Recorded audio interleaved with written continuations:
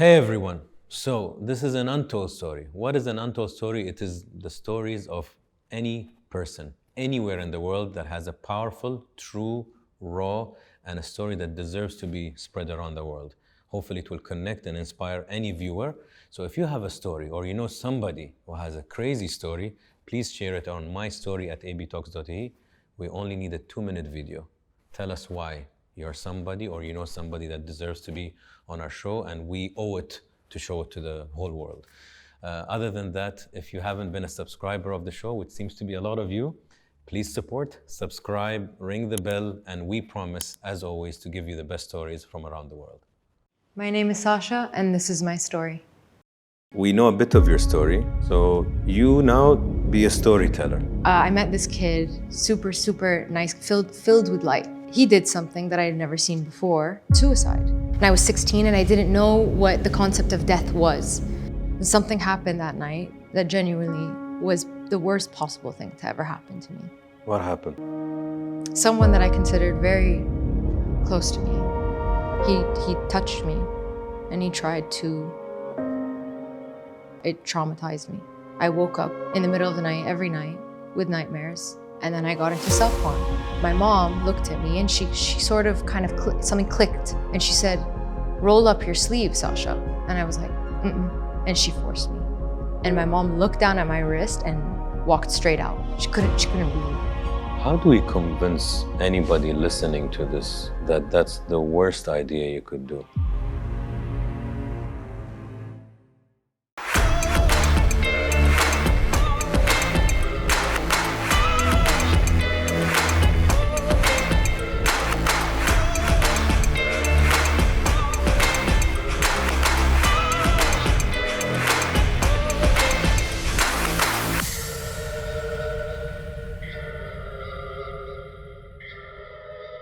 You want to clap with?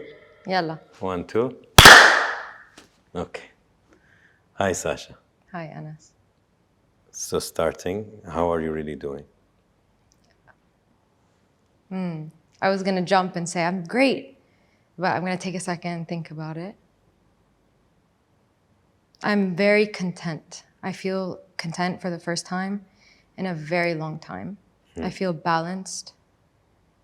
And I have my bad days just like everyone else, but today I feel good.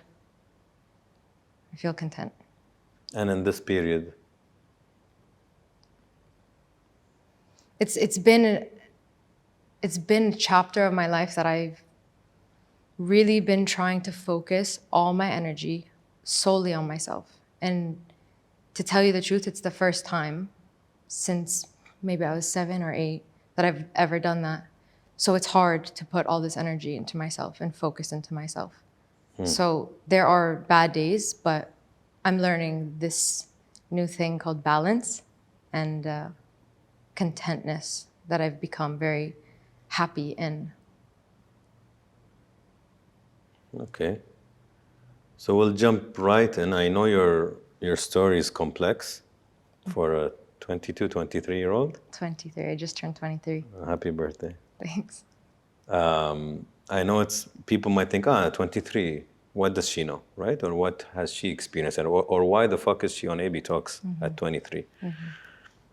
But we know a bit of your story. I know less than the team, but I know it's complex.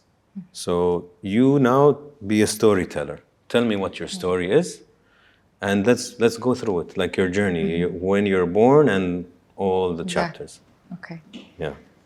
So I have for a while now wanted to come and share my story because like you said, I am 23, but I have had quite a complex life. And a few of the topics that I will be speaking about today are something that I think is so important to be brought up in the society that we live in. So with that being said, I want to start with the very beginning, which is I was born in Florida in a town called Tallahassee. And it was me and my 5 family members. My dad is a physician, so we lived there up until the age of 7. Mama and Baba are from where? My parents are both originally Lebanese. Originally Lebanese. Yeah, but Dad thought, America has great opportunities. He did his med school residency there. So after that, my siblings were born. Obviously, we're working towards the passport. My parents were not American. So I was born in Tallahassee, raised in a 99% American white town. But I didn't know what my roots were, so I had nothing to compare it to. Grew up and went to a private school. About 7 or 8, my family, on both sides, there was some cancer. And my dad at this point was like, I want my kids to grow up and have some sort of knowledge of where they're from. They wanted us to know our religion and our culture and our family. I had, till this day, really not met many of my family members. So we up and left Florida. He made that decision for the whole family, for the benefit of our family. And I remember leaving the driveway and just kind of looking out the window and seeing my babysitter. And it was the first time where I was like, oh, I'm never gonna come back here again. Like I'm leaving. I didn't know what it meant. I was so young. But we left, we moved back to Beirut. It was definitely a culture shock, but as I said, I was so young, so I didn't know what was going on. I just knew that, I had left home, I had left some friends. I loved Beirut. It is everything in my, I have so much love for that city. And I grew up there from the ages of 7 to 12. And around 12 years old, there was an incident that happened with my family, in which I can't disclose for safety reasons.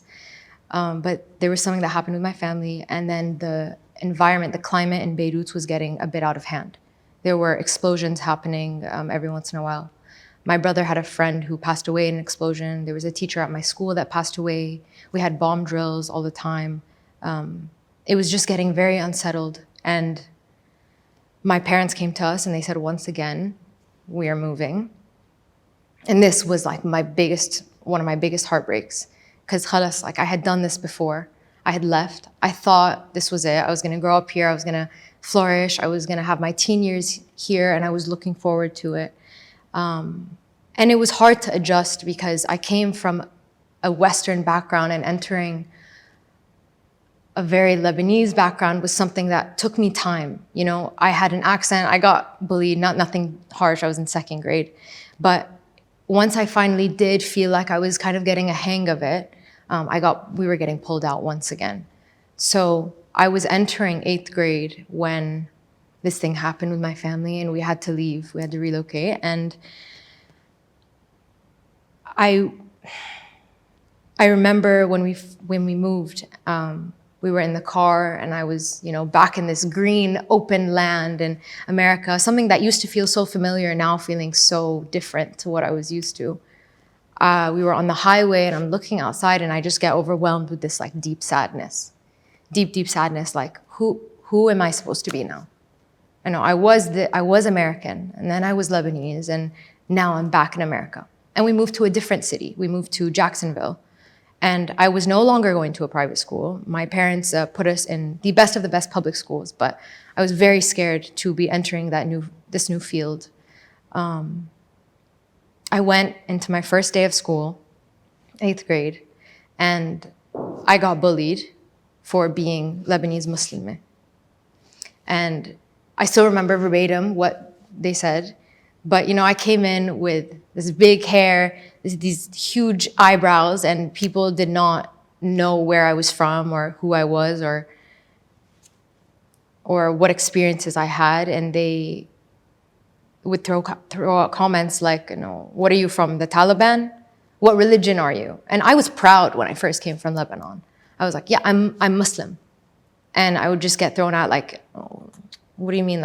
I write in my journal all the time, and I read back at them. And the comments that these kids would throw out are comments of adults, not 8th graders. I didn't know anything. I was never exposed to the world. And in Lebanon, it's very sheltered. I didn't even know what sex was, to be honest, in 8th grade. No clue. And I got put in this environment that was so open. And it was like I was just getting hit with this cloud of information, of new experiences and people. I had a friend get pregnant in the 8th grade.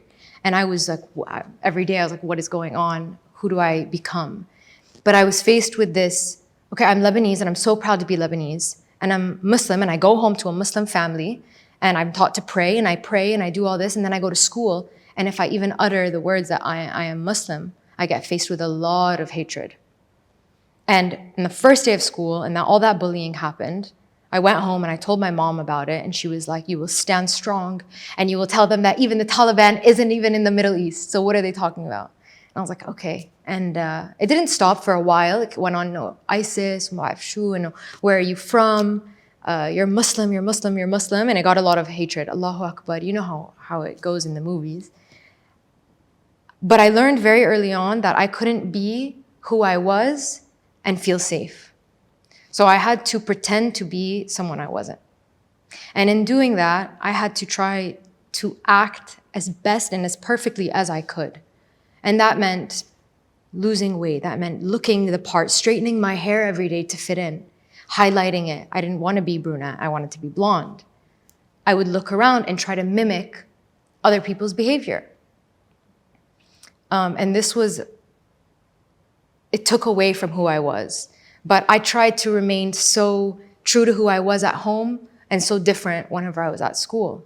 And so I would get up and go to school and be someone who I didn't even know. And I was kind of running on adrenaline. Every day is a new day, what to expect. I ended up taking the bus every day, and everyone's loud and screaming, and there's being comments thrown out here and there. And then I end up in a classroom learning about civics class, for example, learning about Arab history. And I write in my journal the amount of times I wanted to get up and tell my teacher that what he was saying was wrong. But if I were to do that, I would face backlash. So I tried so hard to forget about who I was, forget about Lebanon, forget about Islam, just numb it, because it was getting me hurt. I'm coming home feeling like I can't be who I was. So I did everything in my power to be someone I wasn't. And this is kind of what set the tone for the rest of my high school career. I was trying to be someone that I wasn't. I started resenting Islam. When people would ask me what religion I am, I would simply say, I don't have a religion. And so this is something my parents don't even know. I was ashamed of where I was from. Because as a young girl, I only knew what I was dealing with. And what I was dealing with was a lot of hate. I felt defective. I felt like there was something wrong with me. So moving on to ninth grade, I was now someone I didn't even know. I had a little bit of this deep sadness, one could say depression. And I wanted to fit in even more. And that meant, maybe having a boyfriend. And so I met this kid, super, super nice, filled with light. And we started talking, FaceTiming every day, and, very innocent. I still didn't know much. I wasn't exposed to the horrors of the world. And so we go on to talking every single day. And he asked me out, and I'm like, yeah, I don't even know what that means, but I'm like, yeah, sure, I have a boyfriend now. He became my best friend, and it was a very innocent relationship. He was also very innocent, probably the most innocent out of the lot. But he got into not the best crowd, not the best things. He started smoking. And I said, you know what, this scares me. I can't be around this. If my parents find out, I am done. I have to stay away from you. And so I did. I ended things, and we stayed friends, but I took my distance. Aslan, I couldn't even go out. I had a curfew of like 8 p.m. So we stayed friends, very close friends, but he started having issues at home. And his parents split up, and he started, using drugs, smoking a bunch. I noticed he was skipping class, skipping school. And I tried as much as I could to be there for him. But he did something that I had never seen before. He attempted suicide. And the first time, I think it was more of a cry for help. And I was there. And I tried to call the cops. I was too scared to call the cops, but I stayed on the phone until like 7 a.m. You'll be okay. You don't want to be gone from the world. You just want to be gone from the feeling. It'll be okay. And he stayed, and everything was okay. But when I saw that, I started noticing other people in my high school that were also affected by the same mental health illness, whether it was depression, anxiety, self-harm. I would notice kids at school having cuts on their wrists. And I took on this like rescuer type mentality of I have to save everyone. And I won't say his name because that's his privacy, but he attempted again, and I was there, and I started being filled with fear that this would eventually, he would succeed at this. And I was there for him time and time again. And it happened about 4 or 5 times. There was a couple times where I was unable to leave the house, so I would call the cops and say, you need to go here because he's on this building. I don't want him to jump, please go here. Or I'll call a friend who was able to go and stop him from doing it. But on October 31st, 2017, I was driving home from school and it was Halloween, and I was supposed to have a little party with my friends, and we were gonna go trick-or-treating for the last time because we were getting old, we couldn't be doing this forever. And I was driving home around 4 p.m. and my friend calls me and she's like, hey, Sash, what's going on? I'm like, I'm almost home. Are you guys gonna come over soon? And she says, have you heard from Tyler? Let's call him Tyler. And I said, no, is everything okay? I'll call him now. She said, no, stop. I need you to call our other friend and make sure that, get the information. And I was like, what is going on? Please tell me. And she said, Tyler's gone. And I felt my whole body go numb. I was driving. I wish she hadn't told me when I was driving, but I was almost home. I get home, I run into the house and I go straight to my mom's room and I say, Tyler's gone. He's dead. He's gone. And I didn't even know what I was saying. I didn't know what that meant. And I was 16 and I didn't know what the concept of death was. And I go into my room and I sit on the floor and I don't know what to do with myself. I'm like numb. And I just go on my phone and I'm calling. I'm like, this isn't true, right? This isn't true. My friend, her dad was a detective, so I called to make sure that this wasn't true. And I'm looking up news articles and I'm finding a news article. 7 a.m., Tyler's been hit by a truck on A1A highway. And this is no way real. I'm just thinking in my head, no way this is real.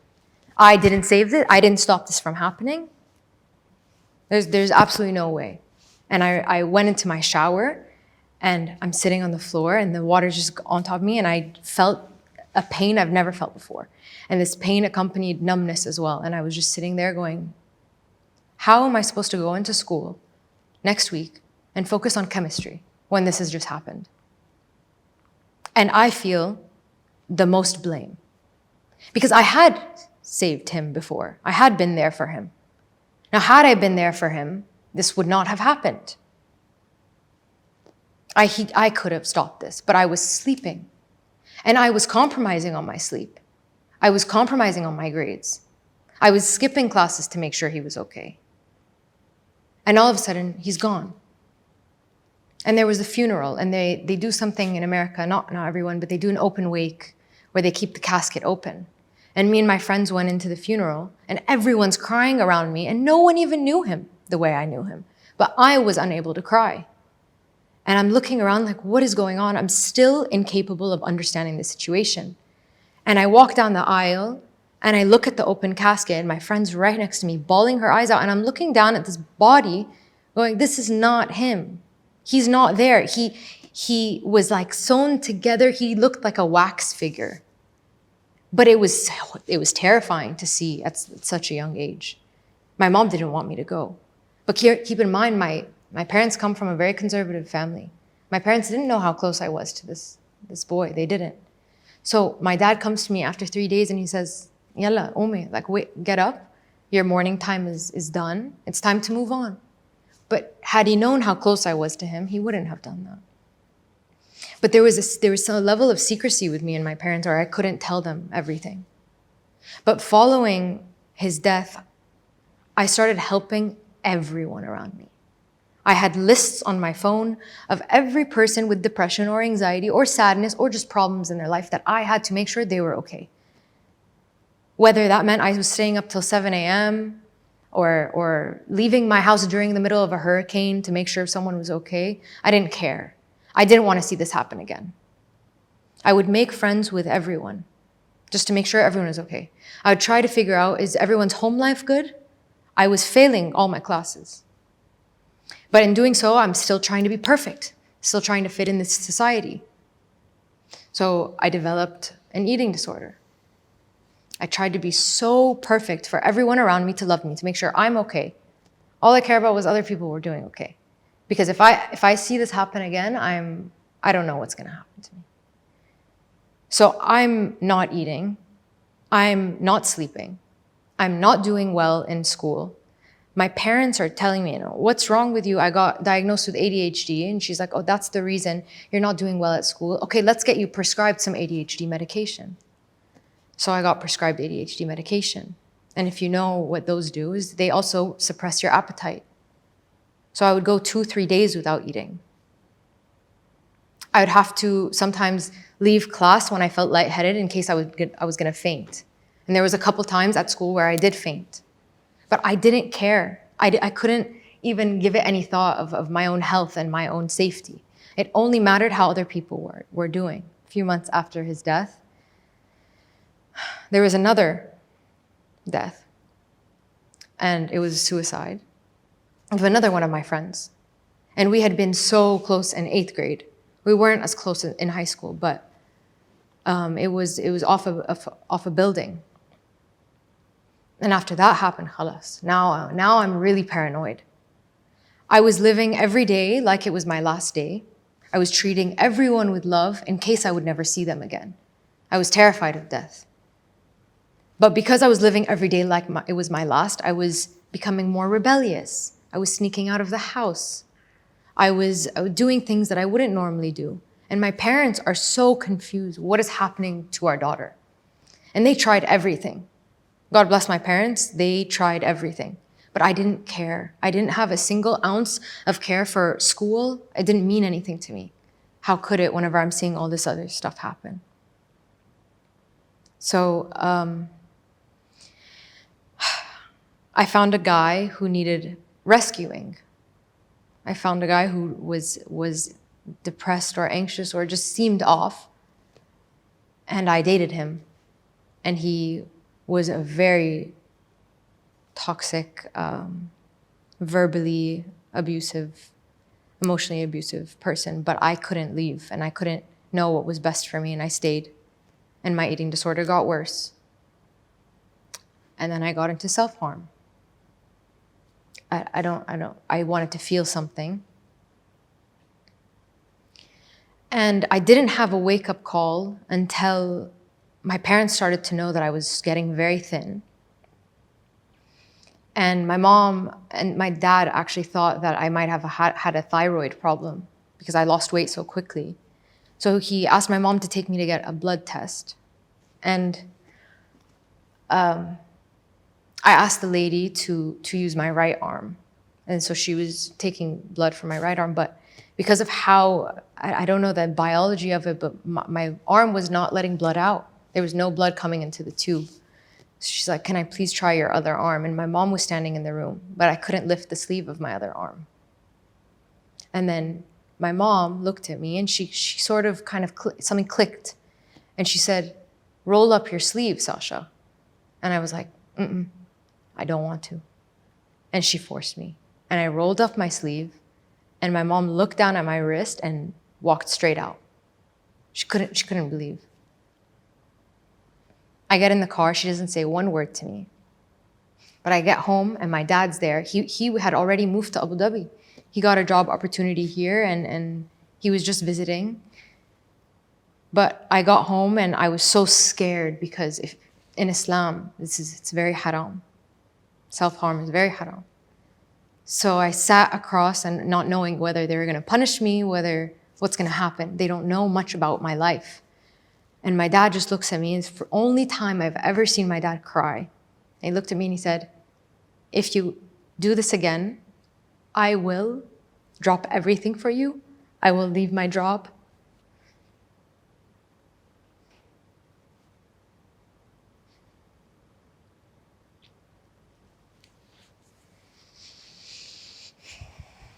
And he's just like, please don't ever do this again. You are all that I care about in this world. And I never did it again after that because I saw how much it hurt him. But it didn't help the pain that I was feeling. I felt more guilty. more guilty for hurting the people around me. So I'm trying to shield all my pain and make sure no one thinks that I'm in pain. And I would just pick up bad coping mechanisms.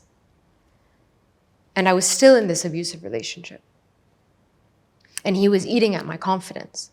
So I'm already trying to be perfect for everyone. I'm helping everyone around me. But when I go home and I look for any source of relief, I talk to my boyfriend at the time and he tells me, no one will love you except for your body.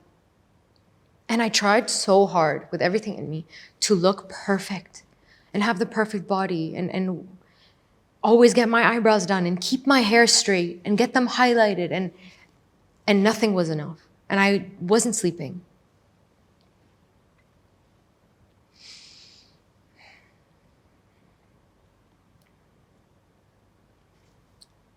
I came to visit my dad in Abu Dhabi, and it was a big wake-up call where I was just like, okay, there's a lot wrong with my life right now, but I didn't know how to fix it.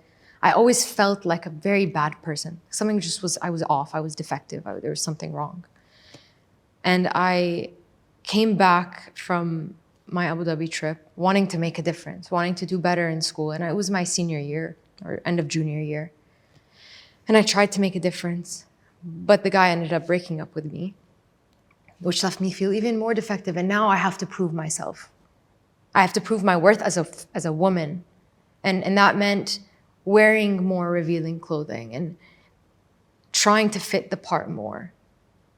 But I still could not concentrate on myself. It was always outward. I was always looking outward, seeking people's approval. And I couldn't. Like, no matter what I did, I couldn't feel satisfied inside. But then I would go home and now my parents are so worried about me all the time. And they don't know why I am the way I am. But they're concerned with, why am I failing school?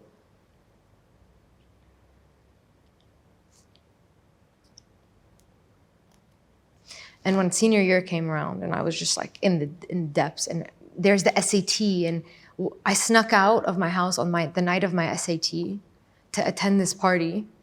And I ended up going to the SAT, and when the results came out, I didn't even care to look. I didn't care about anything. I couldn't. But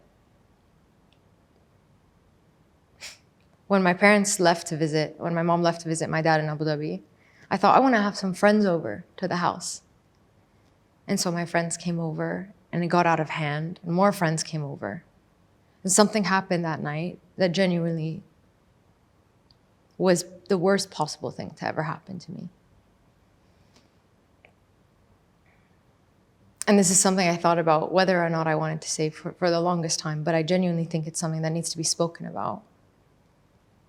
Because it happens way more often than people think. But I had a very close friend of mine take advantage of me when I was at my lowest. And it traumatized me.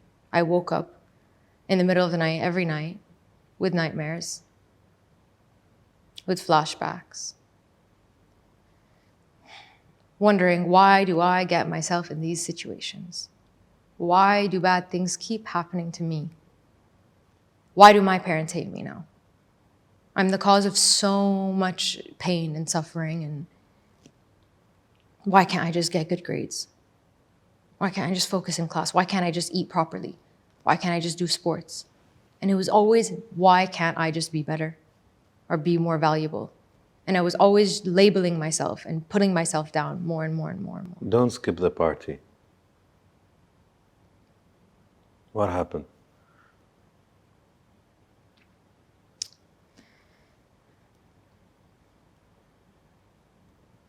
Someone that I considered very close to me.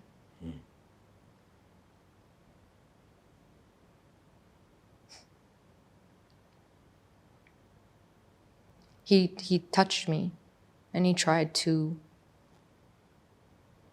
essentially rape me. And thank God, my brother walked into the room and stopped that from happening. But had he not, I don't know what would have happened, because I went into a complete state of shock. I couldn't tell you what was happening in that moment. My brain went completely black. I couldn't remember it right after it happened. That's how traumatizing the situation was. But I thought, had I not had people over, he wouldn't have done that.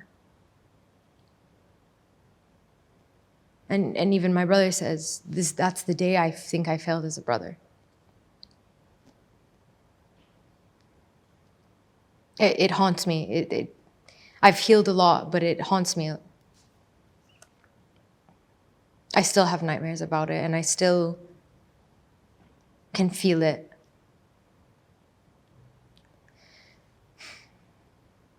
And it happens to a lot of people. It happened, the same person did this to many girls in my grade.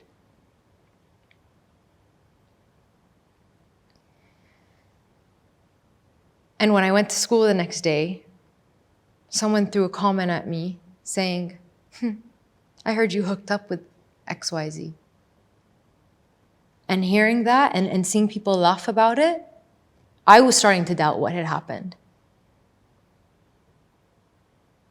And I confronted the person about it. And I asked him, why did you do? And he completely denied it. That never even happened. I don't know what you're talking about. Was he drunk? He was intoxicated. You mean high or on alcohol? I think high. And you think he was faking that? He's in denial, not truly. No, he knows. He knows. He's done it. He just plays before. this role. So he's raped other women? He didn't rape me. No, other women. I don't know. I couldn't say. But you said he tried to do the same with other women. But you don't know if he ended up doing it. I know that he molested one of my friends. Okay. But I went to therapy the next day, and I tried to talk to my therapist about what had happened. And she told me that I couldn't talk about it because I was underage. And if I did tell her about it, she would have to inform my parents and the police. And I couldn't have my parents find out about it. Mustahil, never. That would break their hearts. Not only did I throw a party, but there was someone who took advantage of the thing they care about most in the world. So I said I wouldn't talk about it. And I didn't talk about it. And I kept it in, and the nightmares got worse, and the trauma got worse. And my rebellious actions got worse.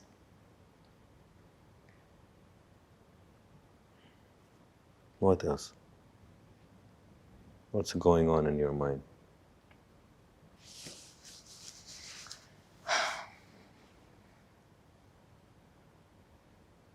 I carried a lot of guilt throughout high school.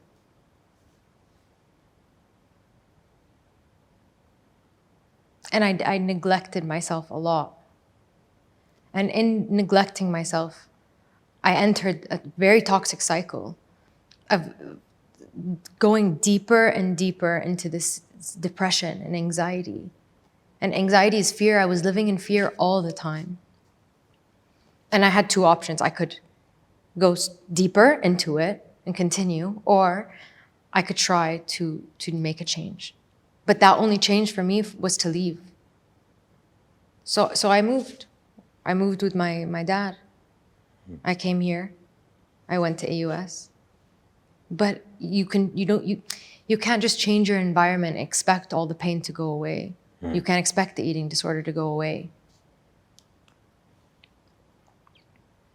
So it's something I struggled with a lot in the past few years. And at first it did go away. You can avoid something and you can forget about it. But then there's triggers and it'll come back and it'll spring it back up. And you will keep on going with your coping mechanisms. And mine were not eating, constantly seeking people's approval, always trying to get validation from people, from my body.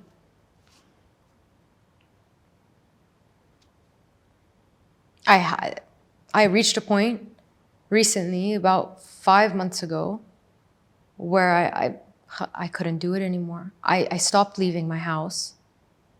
I entered another toxic relationship. Ended up getting cheated on. And ending up getting name called. And anything you want happened. And I would, for months on end, not leave my house. I didn't speak to my brother for 7 months because of my lack of awareness.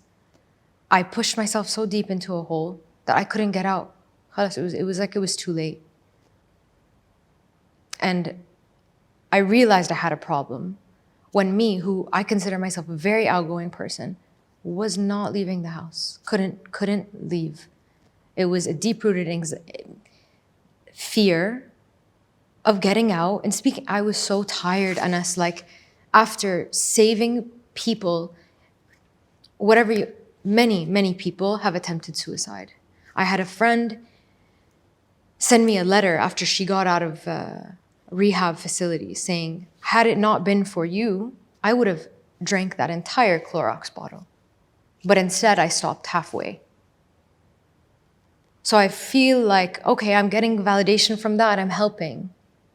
But I'm just going deeper. I'm still facing people with these suicidal thoughts, depression, anxiety, and I'm not helping myself.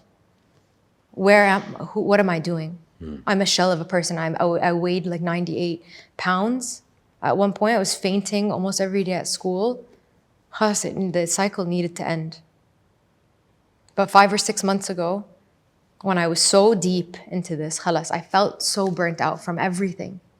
I feel like I've been in a fight or flight state since I was 16, or younger, 15 years old, where I reached a point recently where I was dead. I couldn't feel anymore. I didn't want to feel anymore. I wanted to avoid everything. And at 22 years old, you should not be feeling that. But I felt like I was robbed of my teen years, of my college experience, because I was battling everything that had happened to me so early on.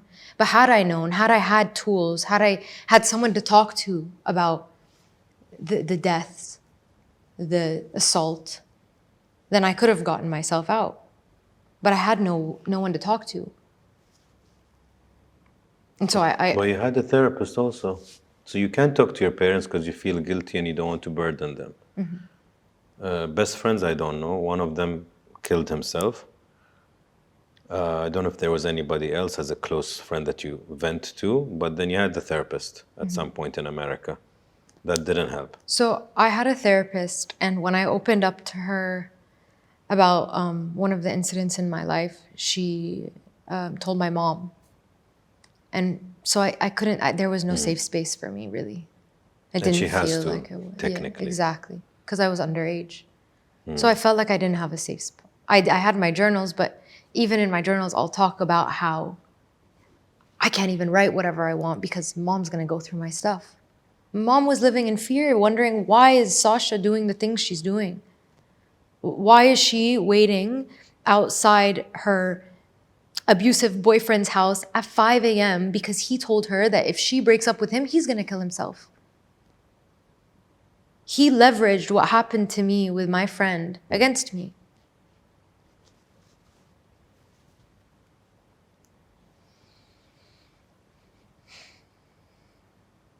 So it weighed on me very heavily. This rescue mentality that I had up until junior year of college. And after that, I couldn't. I didn't have any more in me. My mom always used to say, Sasha, you can't pour out of an empty cup. You are an empty cup. I was getting sick. I was getting strep throat every other week in America. That's how my mental health was so bad that my body was suffering the consequences of it. How many people, committed suicide? I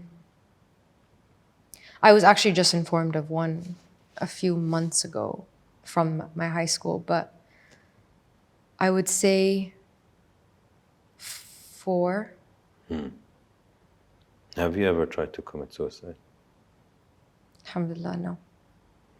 But you kept cutting yourself. I did have a few times that I did that to myself. And you said you did it because you wanted to feel something. What does that mean?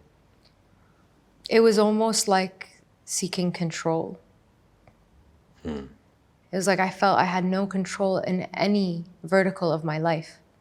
Not in school with my grades or with my friends, because I was not accepted. I didn't have a friend group ever. And till this day, I sit in front of you. I feel as though I am not fully accepted in Lebanese culture, nor am I fully accepted in Western society.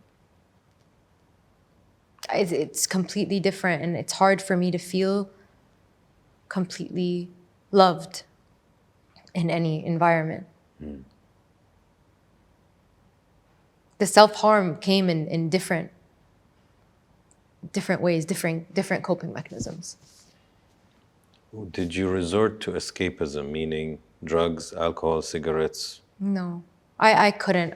There was a part of me that was so scared of my parents that I didn't. But if I did not have that support system at home, I don't doubt that I would have. It was tempted, it was advertised. Because it can numb you. It could have. Drinking a lot can numb you, drugs can numb you. My parents kept a very tight rein on me. And that's another thing that played in is when I would go home, they were so strict on me that I genuinely felt like I had no freedom anywhere in my life. I was always so trapped. So the self-harm, the dating, abusive, it was like my outlet, kind of. With the guy who was emotionally abusive, did he beat you? He never got fully physical. There was only one time where he came into my room in the middle of the night and he removed the blankets off of my bed. How did he get in my house? My parents were in the house as well. And he came in and he removed the blankets off of me. He destroyed everything on my cupboard. And it was all because I wasn't awake for him. I wasn't at his disposal. Well, we have a very narcissist ex-boyfriend. It was all about him and making you feel worthless. Well, it's not just him. I mean, when you get used to feeling invalidated and unheard and not special, it becomes an addiction because it's what you become familiar with. And so you continue this cycle. And I continued it up until 6 months ago.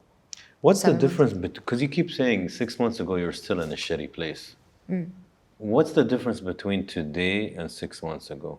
And how do I know that you're even ready to sit here in the chair? So 6, 7 months ago, I was with someone who was very emotionally unavailable, very narcissistic, and inevitably was cheating on me. And that incident was a very big wake-up call. It was one of, okay, Sasha, I think you got it out of your system. You got all the shitty experiences. Khalas, you don't want to be treated like shit anymore. And I had been doing therapy for a few months. And it was my therapist who told me, you have a toxic pattern. You go for people who make you feel invalidated, unspecial, who just beat at you. You try to earn their love. You feel like you have to earn it to receive it. But you as a human are unconditionally valid. You are worthy. You deserve unconditional love. And in her telling me that, I had an awakening where I was like, oh my God, I don't have to be in this situation. I don't have to go for this type of men, even though it felt like all I knew.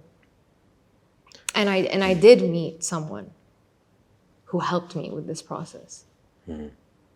It was obviously my therapist who has opened my eyes to more than I could ever imagine opening my eyes to. But in her doing that, I ended the cycle. And it was so hard for me to look a man in the eyes and be like, we're done. Because what I would normally do is stay until they are done. I would rather get broken than them. And I told him, it's over. Don't speak to me again. And he didn't. He did the stalking and the stalking and the stalking. He needs to win you over again. 100%. And then he'll do the same shit. Exactly. So there is a... Can I get the red card? So I just got some stats that I think are interesting to share in this episode. So there is... I have a therapist in New York. So finally I found a therapist that clicks. Because you need to find a therapist that you enjoy talking to. And And I was like, doctor, I won't say his name. I was like, doctor, listen, I don't need the sofa shit where I'm going to lie down and just vent. I don't need to vent. I talk already a lot. So I need somebody where I'll say a few things and please give me feedback. And he's the first one that I feel is like I take a pen and paper and write notes by how much I enjoy these classes, I would call. So he told me something interesting. So there's this passed away psychologist named Carl Jung. And one of Carl Jung's studies is that you have an inner image of the man that you seek. I have an inner image of a woman that I seek. Now, it doesn't mean we are conscious of the inner image, because if you ask anybody, who do you want? Let's say, who's an ideal boyfriend or a girlfriend? And they'll be like, independent, smart, clean, hygiene, blah, blah, blah, right? They say the conscious things that they're programmed to say, or the obvious ones, tall or whatever, and, fit and funny and blah, blah, blah. But that has nothing to do with their inner image of what they're attracted to, right? So imagine it as a Velcro. You have a Velcro in you, and the unaware, subdued, unconscious Sasha, the toxic narcissist, is your Velcro. And you're like, how the fuck am I always in these bad relationships? It's because your Velcro is connected to that. That's the one that sticks. You see the conveyor belt go, this one, chip, and he's attracted to you and you're attracted to him, and the energies align.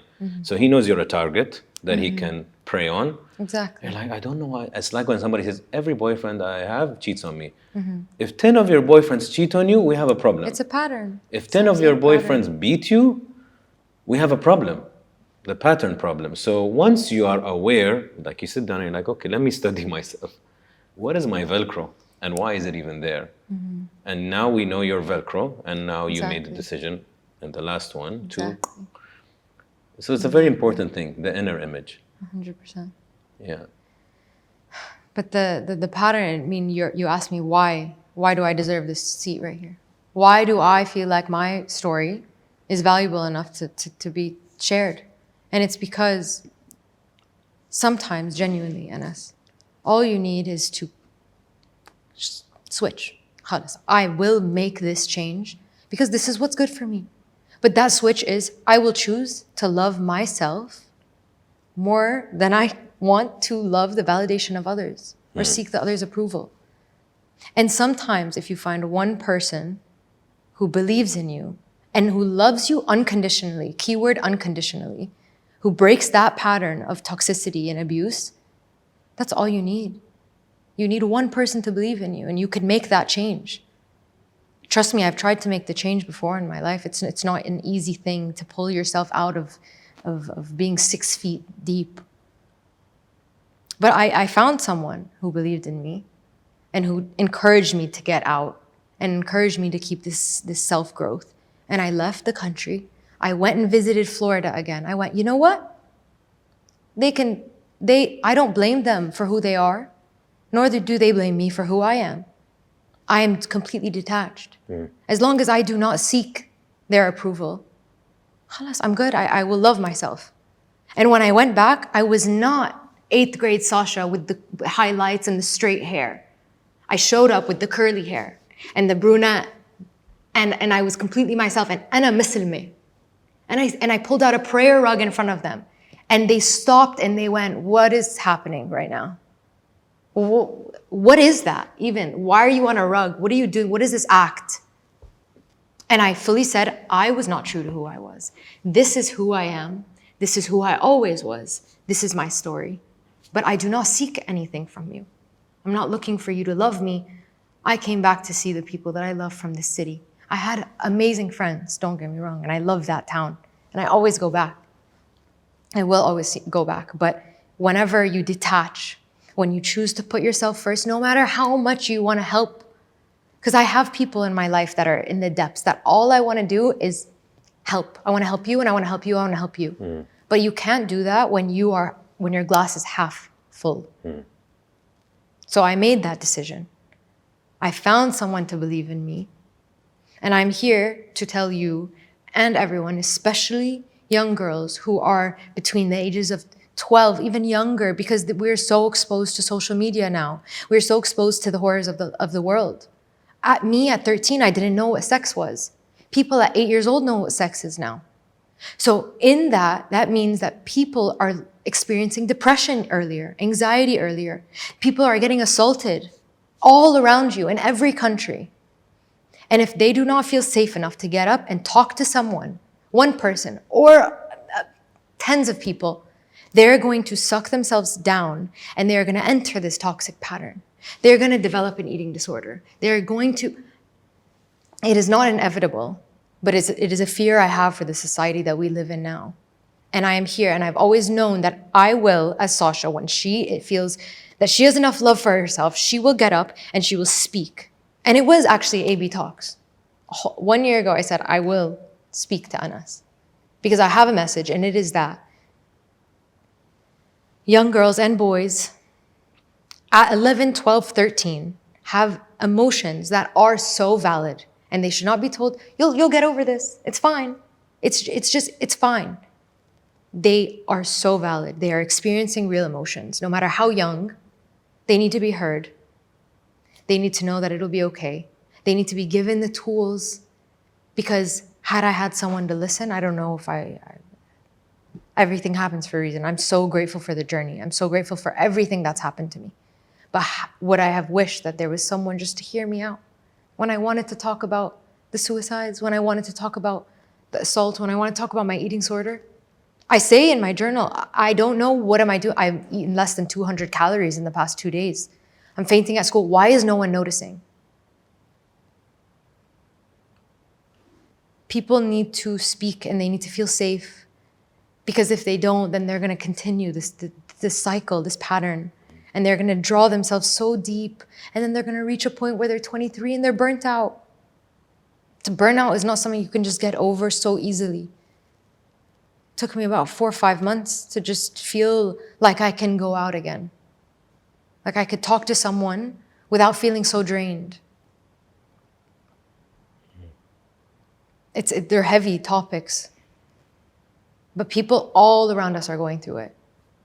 It happens everywhere, but... Do you forgive yourself for your ex? I'm at a point now where I know that is what needed to happen in order for me to be where I'm at. It was his journey the same way it was a part of my journey. Alhamdulillah for everything, even the bad days now. No matter what happens, to wake up and to say, Alhamdulillah, I am grateful for this and I am grateful for that. Are you in denial? About? Everything. That you're okay? No, I don't think I am at all. Do you feel it inside that you're okay? I genuinely do. I have experienced more good days in the past 4 months than I have in the past 10 years. I can breathe out a sigh of content rather than a sigh of tiredness, because there was a point where I was so tired. Tired to eat, you know? And to be here and to be at a point where I feel like when I put my head on the pillow at night, I'm not beating myself up for something. And even if I don't do that today, it's okay. Even if I don't help that person and something happens to them, it's not my fault. Because I did carry that guilt with me for a very long time. But now to be here sitting in front of you, feeling okay, I would have not thought it would be possible for me, really. You're a brave one. Why do you say that? Because you are. You don't need explanation.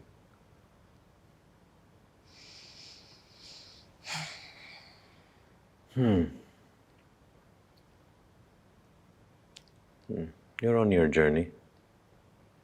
You're not there yet, but it's okay.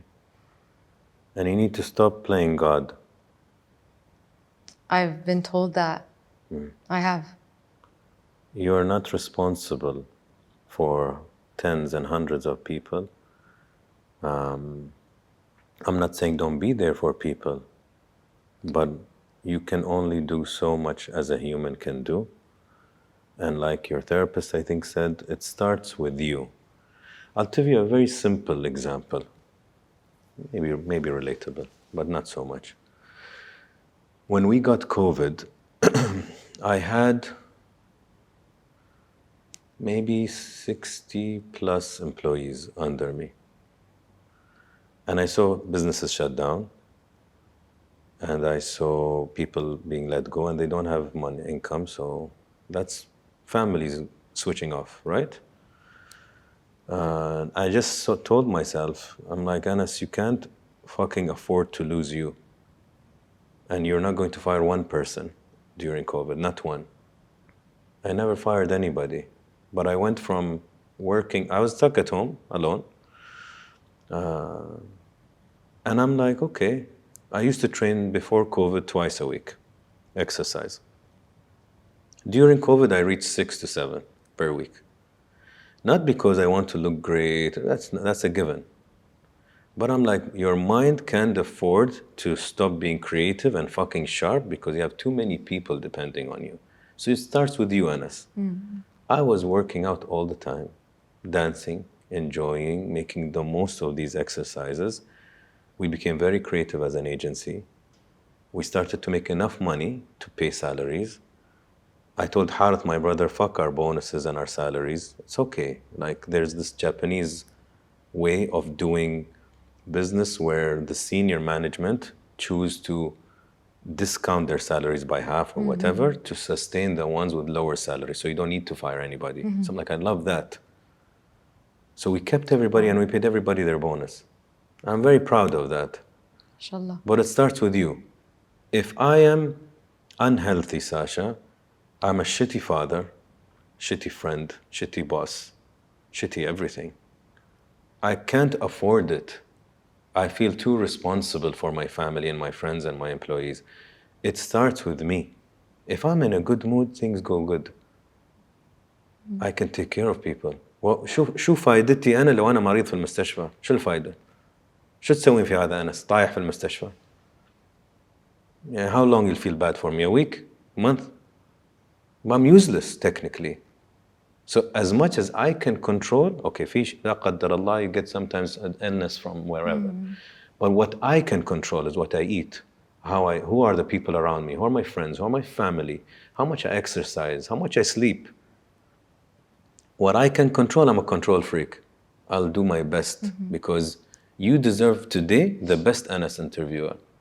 If I was, I'm like, yeah, Untold Story, it's not that popular. خلاص طز. I'll go and have fun and I work out and I'm tired and I come to you drained and I've done 6 meetings before you. I'm doing you a disservice. عيب. You need to see the best Anas possible. Right. To be fair to you, so you can speak to a good Anas. So it starts with you.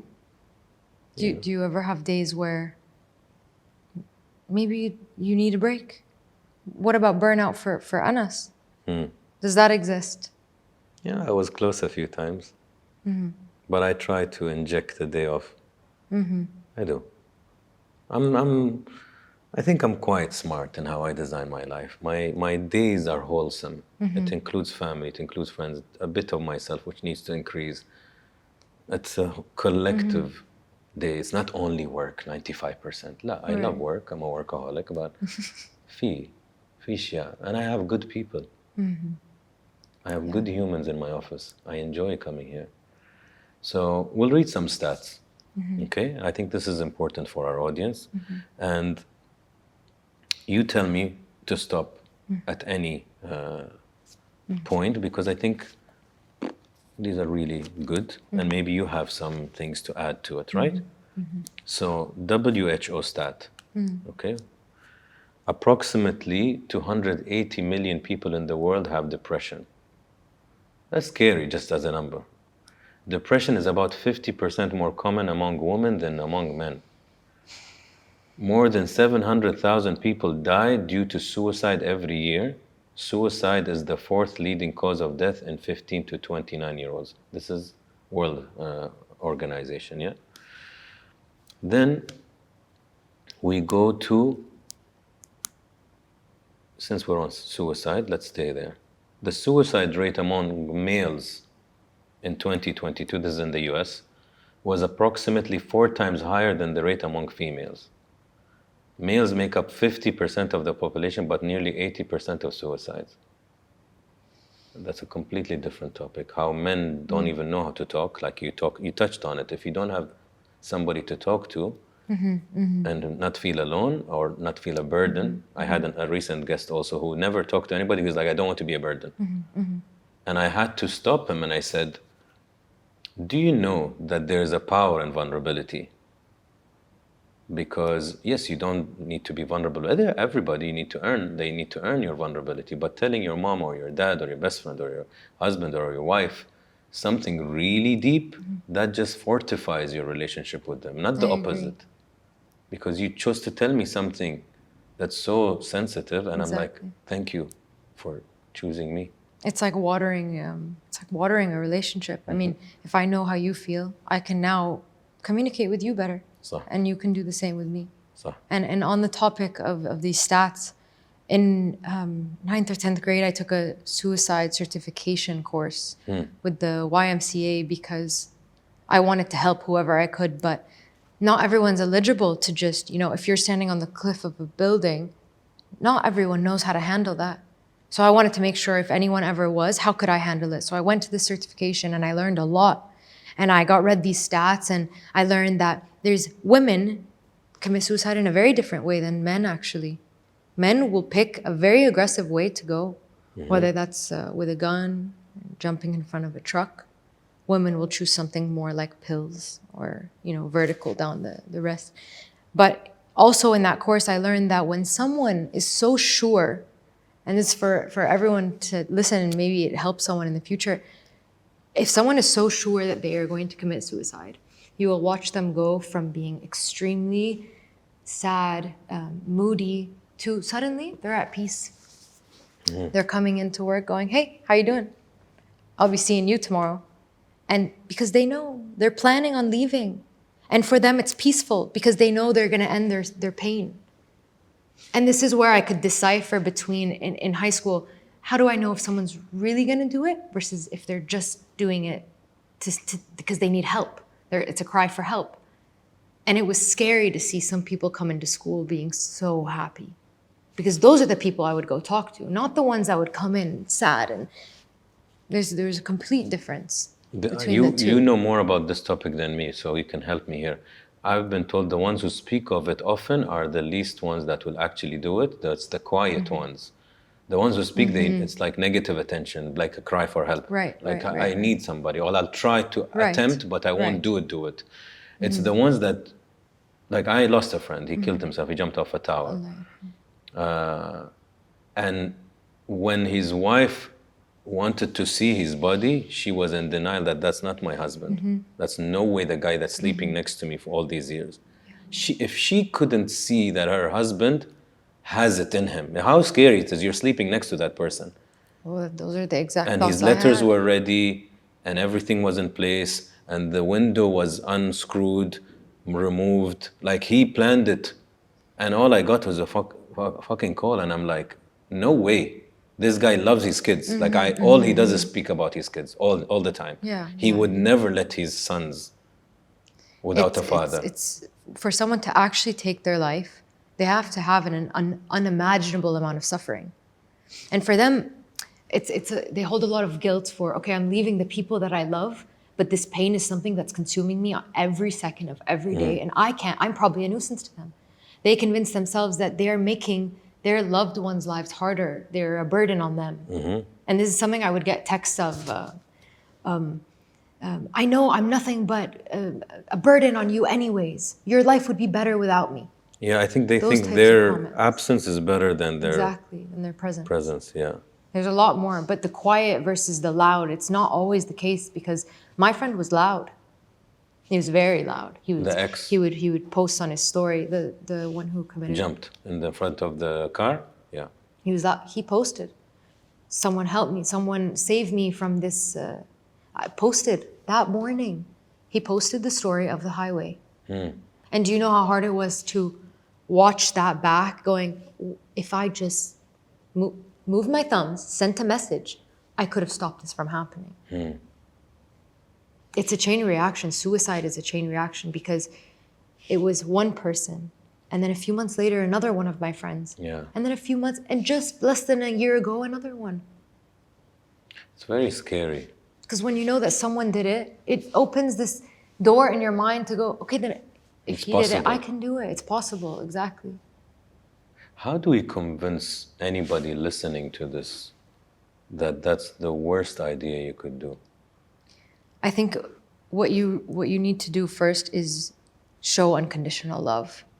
And that is in no means telling them, you would upset your whole family if you were gone, because they don't want to hear that. They want to hear that they are loved and they are valuable and they are worthy.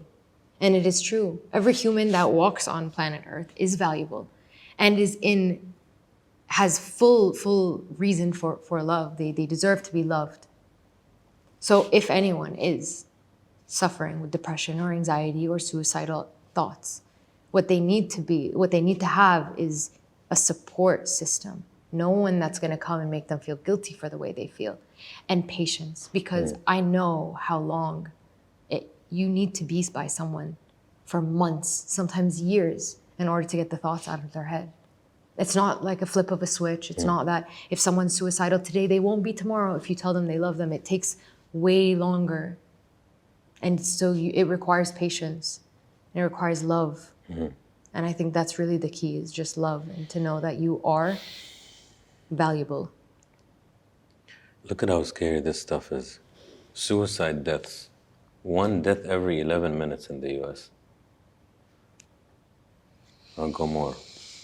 So now this is another topic. 1, 2. Yeah. So you tackled suicide and you tackled sexual abuse. So the likelihood that a person suffers suicidal or depressive thoughts increases after sexual violence. 94% of women who are raped experience symptoms of post-traumatic stress disorder, PTSD, during the 2 weeks following the rape. 30% report it 9 months after. 33% of women who are raped contemplate suicide. 13% of women who are raped attempt suicide. I think it leaves people, victims of sexual assault, I think it leaves them feeling worthless. And that is something that, even though, alhamdulillah, it didn't get out of hand, I felt worthless. I felt dirty. So when you feel dirty, when you feel worthless, it plays into your value. How am I valuable anymore? Like, I'm useless. Why am I here? So I get it. The last one I have. People who have been sexually assaulted are more likely to use drugs than the general public. 3.4 times to use marijuana, 6 times more to use cocaine, 10 times more likely to use other major drugs. And that's why I asked you escapism. You know, because if you feel worthless, you need to numb. Yeah. You need to do things. And it's crazy how, you know, how many people I've met that have been sexually harassed or molested by family, cousins, uncles. And then it's like, from women, I think, in my very inaccurate assumption from the people I get to talk to, easy 1 in 3, if not 1 in 2, women. Men maybe 1 in 5 or 6 when they're kids. Like it's quite high. I hear and it's that at least a lot. 1 attempt. Like, oh, when I was at this shopping mall, the guy tried. Or when I was with my uncle. Like, it's always, everybody has been exposed, which is really scary if I say Really everyone, scary. or at least nearly everyone. And a lot of boys when they're really young, but they don't talk about that. Yeah. And I've a lot heard of them are dismissed by family. Exactly. Because you say, oh, my uncle did. And That's they're like, what are you talking about? What did you do? What did I do? And I've heard women say that when I went to my mom or my dad or my brother, and I said, they're like, what did you do? What were you wearing? Yeah, exactly. Like, so how that's is a that big thing. your fault? But then that kid will never go to you again. Never. You're done. Because they can't trust you anymore. But You've for made me, them feel that's bad. the scariest part. It's not about, the act is awful. No one's denying that. But now if that person doesn't receive help or support, there's consequences of that. And same thing can be said about generational trauma. This is how I think about it. Victims of war. whatever, if they have kids, they're passing on to a certain extent a level of trauma unless they've spent years in therapy, because they hold with them so much anxiety and fear and coping mechanisms. And this is where I was at. I came here, yes, I avoided all the environmental factors, but now I had all these coping mechanisms, these anxieties, these fears. So had I not went to therapy, I would pass it on to the generation. So if you have just gone through something and you come to me and you say, Sasha, I've just witnessed sexual violence. And I say, okay, what were you wearing? And now you never talk to me, but you also don't talk to anyone else. So what is that doing to you and the inner turmoil that you're feeling? It festers, and it doesn't just fester as an emotion, it festers into your life. Things escalate and they lead behind a trail. So if you know anyone, if anyone knows anyone going through something, it's so crucial to tackle it when it happens. And just give out love, like unconditional love. Because that is genuinely the purpose of life. Why are we here? Do you still get triggered to go back into the hole? Yes. Yes. I get triggered on a day-to-day basis. But I have to remind myself, calm and consistent. Because I was so used to being so impulsive, making decisions just second nature. Whatever feels right, do it. It's my last day on earth. What would I do if it was my last day on earth? Because death is behind every corner. It could happen to anyone at any time. But now, if I am to get triggered, sometimes a man will get too close, or a man will say something and I will immediately just go into shock. But now it is calm and consistent. It is, what is my train of thought? What's going on here? This is not my experiences. This is completely different. And now I'm at a point where I don't get triggered half as much as I used to. Can you love? Yeah, this was a hard. I could not. No one can love if they do not love themselves. And I, in the past 6 months, have met someone who truly loved me unconditionally. And it was so hard to accept that love, because I have never in my life been faced with someone who loves me unconditionally, other than my parents. And seeing that love, I didn't know how to accept it. And I avoided it and I stopped it. But like I said, when you have someone who loves you unconditionally, they won't stop. And they'll make sure you know that you are loved. And no matter what has happened to you in your past, you are still worthy of love. And when you are shown that, not only does it kind of flower this love for yourself, but love for everyone around you. Not everyone is a villain anymore in my world. I don't look at you as a man and go, oh, predator anymore. Same way I did. And I wouldn't want to tell you, yeah, Anas, it was all because of one person in my life right now loved me in the way that I should feel loved. And that is why I'm who I am today. No, it was a lot of work. It was a lot of inner development. But when someone comes in and just believes in you and says, I love you, you are worthy, I'm here for you, everything's gonna be okay, and tells you that consistently, you start to believe it. And that's why having people around you is so important. Especially people who believe in you. You think you're worth believing in? I think everyone's worth believing in. Good answer. It was a trick question. Good one. Well,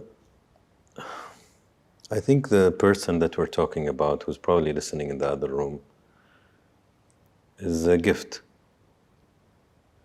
But good gifts don't come if you don't deserve them.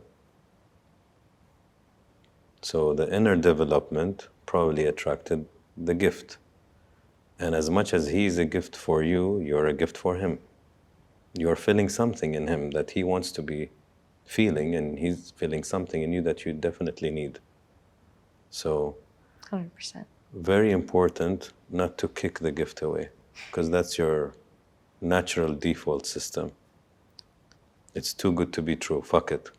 That is true. The self-sabotage is very hard to get over. Yeah.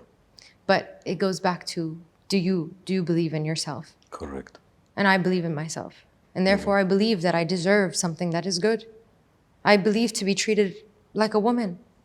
And I can reverse these things, and I can reverse them, and I can rewire my brain. I don't need to be with a man who is going to treat me like shit. And why did I like that anyways? Like, it's just this flip of a switch, like I said. Khalas. You know what, Sasha? Open your eyes a bit. Open your eyes a bit more. Look at the big picture. You know what I noticed is an interesting thing on your topic, and this can work even for people who view. I was talking to my best friend last year, and I was saying, you know, this about myself. And he said, Anas, do you know that it's all bullshit? And I'm like, what do you mean? He goes, it's the self-image you've drawn of yourself, and now you're just sustaining that image.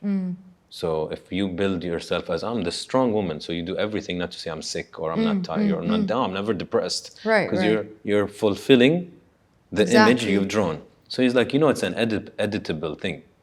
You can edit the self-image of Sasha. You can edit the self-image. So if I say, أنا عصبي, أنا ما أقدر أتحمل. أكيد أنا عصبي.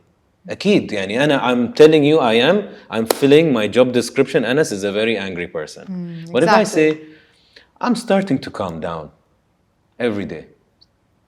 Exactly. Now I'm starting to calm down, because if you can't sell something if you're not convinced of it. So I can't sell you this chair if I'm like, it's not, يعني شوي cheap. Okay, I can't sell it. But if I'm like, no, this is a very special chair and it's conviction inside.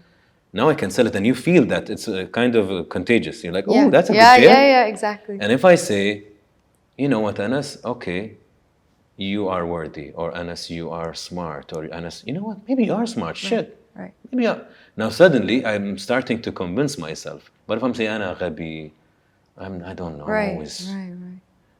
How? So Wow. it's your self-image is editable. So if Sasha, old version 1 or version 2, whatever it was, right? Likes toxic guys, like to self-sabotage, only wants to help people, doesn't eat, blah, blah, blah. Sure, that was your image. Will you Photoshop this shit or what? Can you sit down and edit it and be like, I like food. Edit, I'm a foodie. I like actually the guy that's a bit different, not the guy who was always toxic to me. I like actually a good guy for a change. You'll be shocked at what you can change. I like that term, editable. Yeah, we are. It's all a self-image. All we painted. Correct me if I'm wrong, but let's say, Anas, you work out every single day. And you know you do that. And so Anas is someone who works out. And I should have given a bad example, but let's say tomorrow you wake up and you don't have to work out, but you have this kind of pressure of, but Anas works out every single day. He has to work out every single day. It's almost, it can work in reverse as well. You don't have to have this pressure to be perfect all the time. You know what I mean? So it could be said for bad, but also good. I don't have to be perfect all the time. I don't have to wake up tomorrow and look as good as I do today. It's fine. It's editable. Every day is a different day. I don't have to fit this mold of this Western society, nor do I have to fit this role of this Western Lebanese society. You are where you're at. Exactly. That's it. Doesn't matter. It is what it is. I'm a and that's foodie what now. makes us pretty cool, you know? Yeah. You know? My DNA test was so mixed. So mixed. What is it was everywhere. It had Nigeria in it. I'm like, What? oh, really? That's why I like Afrobeat. So it was so mixed. Who's your favorite artist? Favorite? I'm biased. Maxwell. Oh, really? Yeah. Interesting. Yeah. He's my favorite. Cool. And I'm a music person. That's a completely different topic. Since you can sing, we have Yeah, another yeah. series that maybe one day we will explore with you. I want to know, why are you on this chair? This is the question. Since I was 8 or 9, I've been keeping journals. I write almost every day.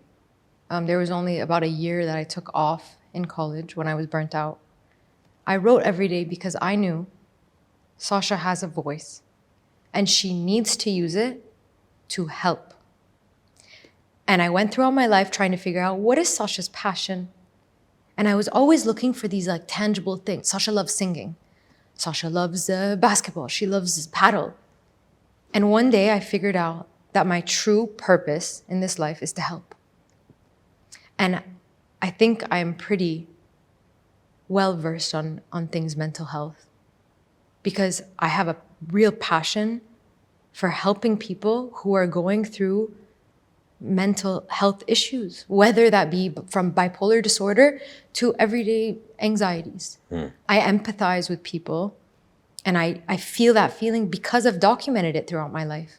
I've been through anxiety, I've been through depression, I've been through this suicidal ideation, I've been through the abuse, I know how it feels, and I've kept my eyes open since I was 8 years old to everything. And I make sure to document it so that one day when I get up on ABtalks, I will be able to say, we need to listen to the 9-year-olds and the 10-year-olds and the 11-year-olds, because their feelings are very valid and they're wiser than we think. And depression and anxiety is not just a label.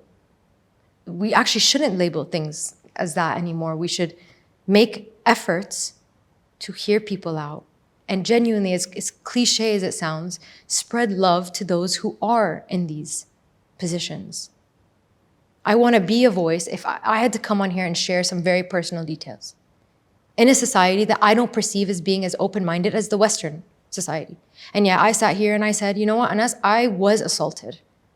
And God knows when this comes out, what's going to happen, who's going to know what. Now my parents are going to find out what. I have a purpose, and that is I want other girls who have been assaulted to know that it happens to other people, to not feel alone, to know the cues, to understand that this is actually what happened. And you know what? Oh, she felt guilty. Oh, I feel guilty too. Oh, this is going to end me here. I need to stop this pattern. I don't know where I'm going to end up. I want to open programs. I want to life coach. I want to do motivational speaking. But I know for a fact that my purpose on this planet is to help those who are going through hard times, because hard times are not something that just come and go. It comes, it leaves its mark, and sometimes it trails if you don't get help. So I need people to understand that if they are going through a bad time and it doesn't seem to end, it is because they have two choices and they are choosing to be sucked into this hole. But there is always a choice, always. And I got myself out of a very hard situation. And that was 10 plus years of trauma, abuse, burnout, etc. And I was able to come out. And I was able to come out happy and content. And girls who are 9, 10, 11, who have maybe had bad experiences with molestation or rape, they have a safe space to come and talk about it. I want that for us in the Middle East. There are platforms for it in the West, but to be honest, I don't see many here. And I think it's because these topics are so taboo. I was told not to speak about these things today. And I fought it for days. I've been thinking, should I say this? Should I not say this? And I chose to, not for myself, because it doesn't serve me any purpose. But it does serve the purpose of, if people have gone through it, they're not alone. And people say this a lot. You're not alone, you're not alone. But when I had this happen to me, and I found out that, oh, it happened to her, now I have someone to talk to who knows how I feel. We genuinely, Anas, need to help the people around us, and we need to understand the cues. I need to know, I need to be able to understand if my daughter is going to school and getting bullied or being scared to say that she's Muslim, I want her to come to me and know that I'm not going to judge her. Whether that's opening a parenting course or whatever it may be, I want to help. Or I want to be the voice to say, you know what, this happened to me. And if it happened to you, you can talk about it. No one's going to come and stone you. We're not in the 13th century. Well, this is, I think, not in any arrogant way. It could be any other interview. But this kind of interview and this quality of conversation is part of your healing. And part of your healing, this little milestone, is preparing you for the next milestone. So, thank you for sharing it. Thank you for being brave. And I like to say this usually. Message me 48 hours after this goes out, and you'll see the power of your voice. and how much it will reach, and how much people are desperate for a listening ear. You know, before we end this, you said something just now that someone very important told me. And you said, this is healing you. And I genuinely want to emphasize how much this means to me and how much this is healing me. Because me healing others is healing me. Mm-hmm. It really is. And this is my journey, and this is the path I want to go down. Good. Thank you for listening. Thank you. Appreciate it. Relieved? A little bit. Relieved.